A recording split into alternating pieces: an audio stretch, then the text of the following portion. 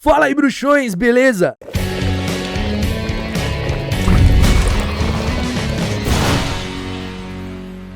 Tá no ar mais um episódio do Papo Furado, mas não é qualquer Papo Furado não, esse é o Papo Furado Live, uma edição especial que acontece com os bruxões aqui do Caldeirão Furado, ao vivo. E se você quiser acompanhar as lives do Caldeirão, fica ligado aí, porque todo sábado tá rolando live com uma temática diferente dentro do universo de Harry Potter, claro, né? Então, sem mais enrolações, vamos pra nossa primeira pergunta. Oi, Caco, boa noite, tudo bem? Oi, tudo bem. Caco, você acha que o Grindelwald amava o alvo Dumbledore? Explica seu ponto de vista, por favor. Interessante porque, assim, até antes de Segredos de Dumbledore, eu achava que não, que ele usou o Dumbledore ali, usou do sentimento do Dumbledore da forma mais manipuladora possível. Em Segredos de Dumbledore, a gente vê que ele também usa isso, que ele também usa essa manipulação e tal, mas eu acho que em algum momento o Grindelwald pode ter sentido sim alguma coisa pelo Dumbledore ali enquanto eles eram mais jovens. Um achismo meu, embora eu acho que grande parte do que rolou foi manipulação sim. O Matheus Ferraz perguntou, na Câmara Secreta o Harry derrotou o Tom Riddle e destruiu o seu diário, mas ali era apenas uma lembrança? O próprio Lorde das Trevas tem ciência do que rolou ali? Então,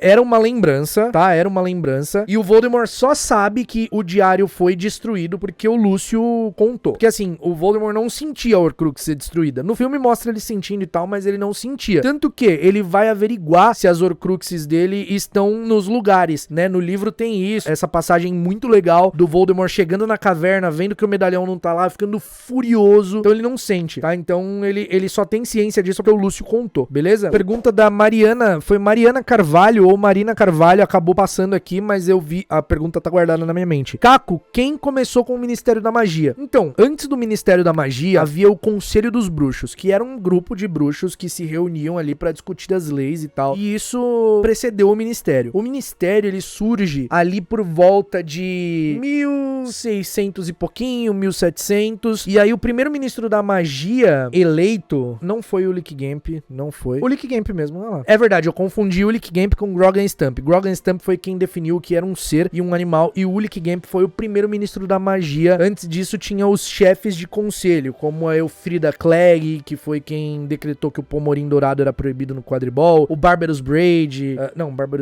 Burdock Mundon, desculpa. Então, surgiu ali nessa época, beleza? O Ministério da Magia. E ele foi o primeiro-ministro da magia, né? Primeiro-ministro é um cargo trouxa. Lê M.R. Dogs. É dito nos livros que pele de gigantes e dragões, por exemplo, possuem maior resistência à magia. Seria possível, então, criar algum tipo de colete anti-feitiços para aurores? Seria, mas aí a gente precisaria matar esses seres, né? E usar o couro deles. Então, não sei se é muito legal. O Rafael Oliveira San mandou. Oi, Caco, boa noite. Boa noite, Rafa. Você tem conhecimento de novos diretores das casas de Hogwarts? Não se tem conhecimento. Eu sei que o Slughorn, ele ficou em Hogwarts ali depois da Segunda Guerra até se aposentar, então ele foi diretor claramente da Sonserina. A Minerva McGonagall foi diretora de Hogwarts, né? Então alguém entrou como diretor da Grifinória, não sei quem, a gente não tem informação. Na Corvinal, o Flitwick continua ali e a Sprout continua ali. Os dias atuais a gente não tem informação, então não tem como eu te responder isso. Show de bola? Isabela Castro, como as corujas sabem pra onde tem que ir? Isabela, tem um vídeo muito legal só sobre como as corujas encontram os bruxos, mas resumidamente as corujas são criaturas que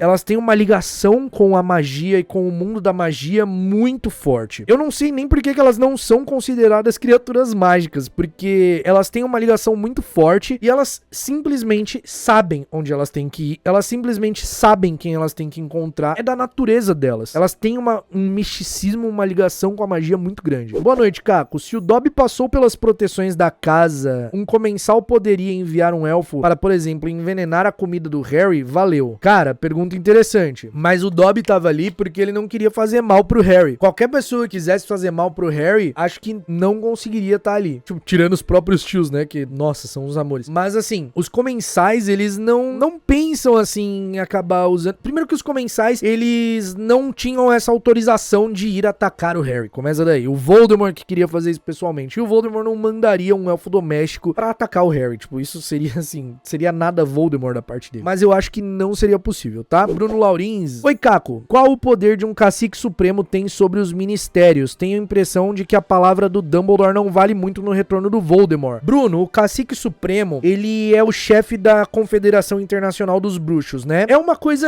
diplomática, ele não é um ditador. Não é porque ele falou que vai ser regra. É um cargo de muito prestígio, muito respeito, muito respeito. Então, é política, né, cara? Política é... Infelizmente, ali o FUD manipulou, fez, mexeu. Os caras fazem isso, né? E aí eles conseguem descredibilizar uma pessoa tão íntegra como Dumbledore. Infelizmente. A gente vê muito isso no mundo real acontecer também. Dani Giordani. Como um bruxo sobrevive após a aposentadoria? O Ministério da Família... O Ministério da Magia dá algum tipo de auxílio? Não sei. Não sei responder, Dani Giordani. Eu não sei responder sinceramente. Eu acho que o bruxo faz uma reserva, né, ao longo da vida. Porque você vê, se os bruxos têm cofres, né, vamos deduzir pelo básico aqui que a gente sabe do mundo bruxo. Se os bruxos têm cofres pra guardar suas fortunas ali e pra passar de família em família, eu acredito que eles não têm aposentadoria não, mano. No Ministério não deve pagar nada não. Tio Carlos 123, tudo já, Caco? Se o Harry não tivesse derrotado o Tom Riddle em Câmara Secreta e ele tivesse absorvido a energia vital da Gina, então haveria 2 Voldemorts? Respondi isso num papo furado em que é o título do vídeo isso. Não haveria 2 Voldemorts, porque aquela era uma lembrança, sabe? Eu acredito que a pedaço da alma que tava lá no Voldemort da floresta ia meio que se juntar com essa do diário e tal. Então, não ia rolar. Lufano, existem animais mágicos extintos? Tipo da época dos dinossauros? Tem algum relato que encontram um fóssil de animal mágico? Cara, tem animal mágico extinto.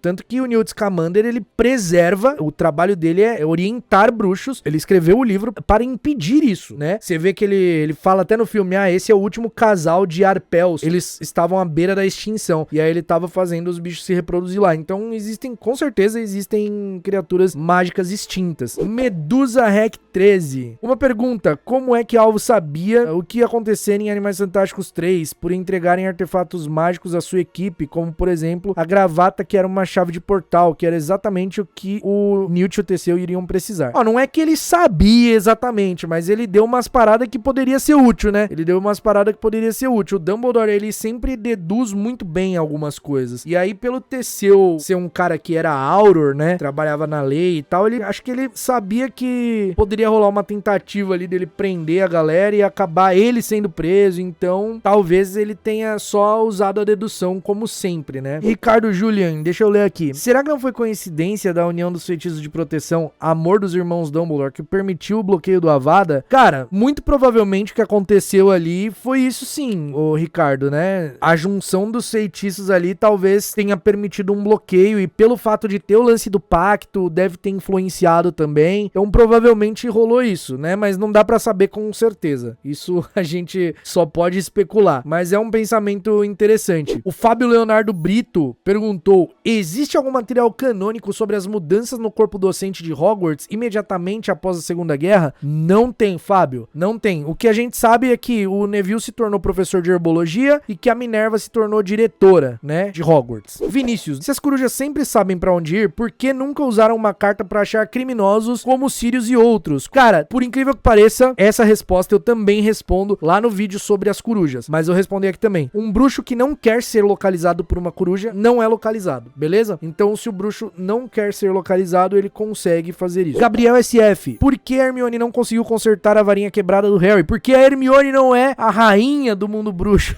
Cara, é assim, a Hermione, embora seja muito inteligente, seja muito versada, ela não sabe tudo, tá? E era impossível, ela tentou consertar a varinha do Harry, mas era impossível. Ele só conseguiu consertar com a varinha das varinhas. Julie Gryffindor, Caco, como você imagina que teria sido a vida do Dumbledore se os pais dele tivessem levado a Harry pro hospital ao invés de escondê-la em casa? Olha, eu imagino que ela ficaria internada até morrer, né? O pai dele seria preso de qualquer forma, porque ele ia se vingar, né? Mas a vida do Dumbledore poderia ter sido diferente. Ele poderia viajar ao mundo, ganhar o grande prestígio que ele queria ganhar ainda quando jovem, que acabou ganhando só depois de mais velho. Caco, seria possível transformar uma relíquia da morte em um Horcrux? Na teoria seria indestrutível. Outra coisa, existem bruxos astronautas que visitam a Lua e outros planetas. Amo seu canal. canal: André, seria possível transformar uma relíquia da morte em Horcrux, porque a Pedra da Ressurreição era uma relíquia da morte e foi transformada em Horcrux, né? Então, o anel foi transformado, na verdade, mas o anel tinha pedra e, assim,